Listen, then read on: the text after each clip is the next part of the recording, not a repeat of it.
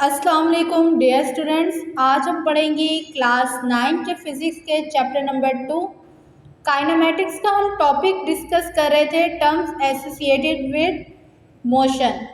तो previous lecture में जो है हमने डिस्टेंस, डिस्प्लेसमेंट और स्पीड को डिस्कस किया था। आज जो है हम वेलोसिटी और एक्सेलरेशन को डिस्कस करेंगे। अब वेलोसिटी हमारे पास क्या होती है कि कोई भी बॉडी एक टाइम में जितना डिस्प्लेसमेंट कवर करती है वो हमारे पास कहलाती है वेलोसिटी।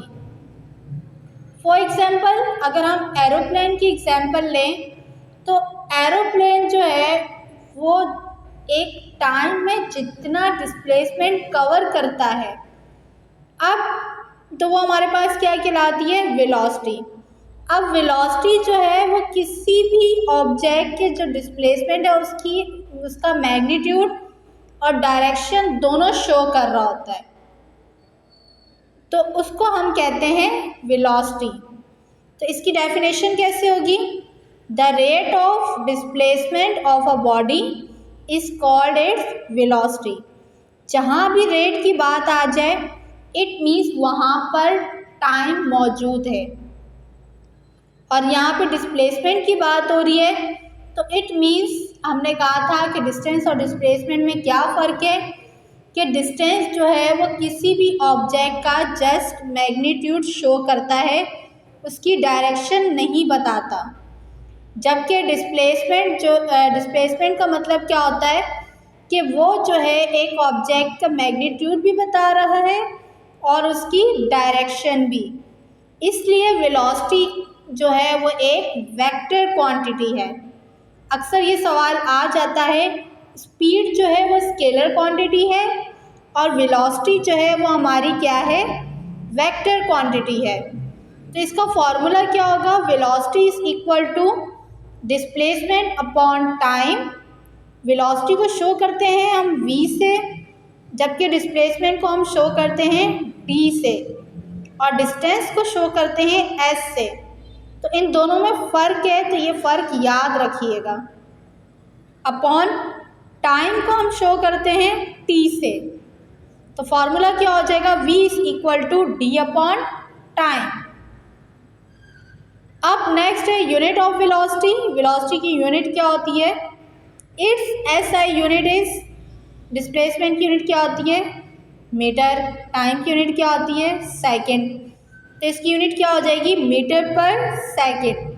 तो आप चाहें इसको इस तरह से भी करके लिख सकते हैं। नेक्स्ट है यूनिफॉर्म वेलोसिटी। यूनिफॉर्म वेलोसिटी में क्या होता है कि फॉर एग्जांपल एक बॉडी जो है वो एक स्पेसिफिक टाइम में इक्वल डिस्प्लेसमेंट कवर करती है, उसके डिस्प्लेसमेंट में कोई चेंजिंग नहीं आती, तो वो हमारे पास कहलाती है यूनिफॉर्म वेलोसिटी। फॉर एग्जांपल एक ऑब्जेक्ट है, उसने ए पॉइंट से लेकर बी पॉइंट तक का डिस्प्लेसमेंट कवर किया है 5 सेकंड में। अब सेम उसने बी पॉइंट से लेकर सी पॉइंट तक सेम टाइम में सेम डिस्प्लेसमेंट कवर किया है, मतलब उसके डिस्प्लेसमेंट में कोई चेंजिंग नहीं आई, तो ये हमारे पास कहलाती है यूनिफॉर्म वेलोसिटी। इसकी डेफिनेशन क्या होगी? A body has uniform velocity if it covers equal displacement in equal intervals of time, however short the interval में बी। जैसे मैंने आपको यहाँ पे बताया कि कोई भी बॉडी जो है वो एक स्पेसिफिक टाइम में इक्वल डिस्प्लेसमेंट कवर करती है, उसके डिस्प्लेसमेंट में कोई चेंज ना आए, तो वो हमारे पास कहलाती है यूनिफॉर्म वेलोसिटी। नेक्स्ट टॉपिक है एक्सेलरेशन। एक्सेलरेशन क्या होता है हमारे पास कि जो वेलोसिटी में चेंज आता है वो चेंज हमारे पास, उस चेंज को कहते हैं एक्सेलरेशन। इट मीन्स एक स्पेसिफिक टाइम में वेलोसिटी में चेंज आना, वो चेंज जो है क्या कहलाता है? एक्सेलरेशन। तो इसकी डेफिनेशन क्या होगी? The rate of change of velocity of a body. इसका फॉर्मूला कैसे होगा? Acceleration is equal to change in velocity upon time taken, क्योंकि यहाँ पे भी किसकी बात हो रही थी? रेट की। अब चेंज इन वेलोसिटी की बात हो रही है तो इसको फॉर्मूले में कैसे लिखेंगे? एक्सेलरेशन को शो करते हैं ए से, change in velocity del V, तो ये डेल किसको शो कर रहा होता है? चेंज को, कि किसी भी चीज़ में चेंज आना, और टाइम को शो करते हैं टी से। अब चेंज ऑफ वेलोसिटी क्या होते हैं कि फॉर एग्जांपल एक बॉडी की जो फर्स्ट पोजीशन होती है वो हमारे पास कहलाती है इनिशियल वेलोसिटी, कि कोई भी चीज ऑब्जेक्ट या कोई भी चीज़ अगर मूव करना स्टार्ट करती है तो जो उसका स्टार्टिंग पॉइंट होता है वो हमारे पास कहलाती है उसकी इनिशियल वेलोसिटी, जिसको हम शो करते हैं वी आई से। अब वो मूव करने के बाद अपने लास्ट पॉइंट पे जहाँ पर जाकर रुकती है तो वो कहलाती है उसकी फाइनल वेलोसिटी, जिसको हम कहते हैं वी एफ। तो ये वेलोसिटी में क्या आया? चेंज आया। पहले उसकी इनिशियल वेलोसिटी थी, देन उसने जो है वो डिस्प्लेसमेंट कवर किया, डिस्प्लेसमेंट कवर करने के बाद उसकी वेलोसिटी में भी क्या आया? चेंज आया। उसकी वेलोसिटी वी आई से वी एफ हो गई। तो ये जो वेलोसिटी में चेंज आया ये कहलाता है एक्सेलरेशन। तो हम डेल वी को किस तरह से शो करते हैं? डेल वी जो है वो बराबर होता है final velocity minus initial velocity. तो यहाँ पे हम डेल वी की जगह पुट कर देंगे वी एफ माइनस वी आई। तो ये हमारे पास क्या है? एक्सेलरेशन का फॉर्मूला। अब यूनिट देखते हैं कि यूनिट क्या है। Unit of acceleration, its S I unit is metre per second square. Velocity की यूनिट होती है मीटर पर सेकेंड, एक्सेलरेशन की होती है मीटर पर सेकेंड स्क्वायर।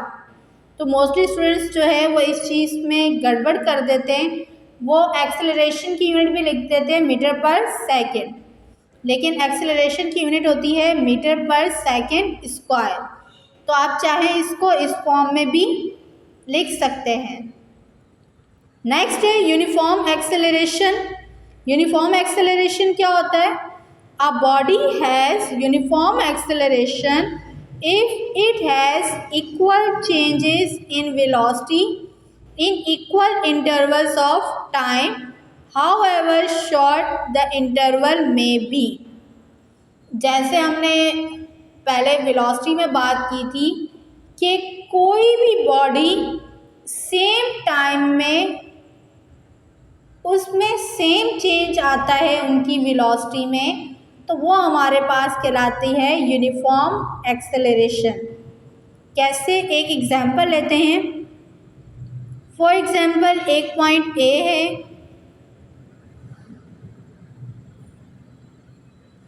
तो यहाँ पॉइंट बी में उसकी वेलोसिटी में जितना चेंज आया, अब वही सेम चेंज बी पॉइंट से लेकर सी पॉइंट तक के बीच में आया।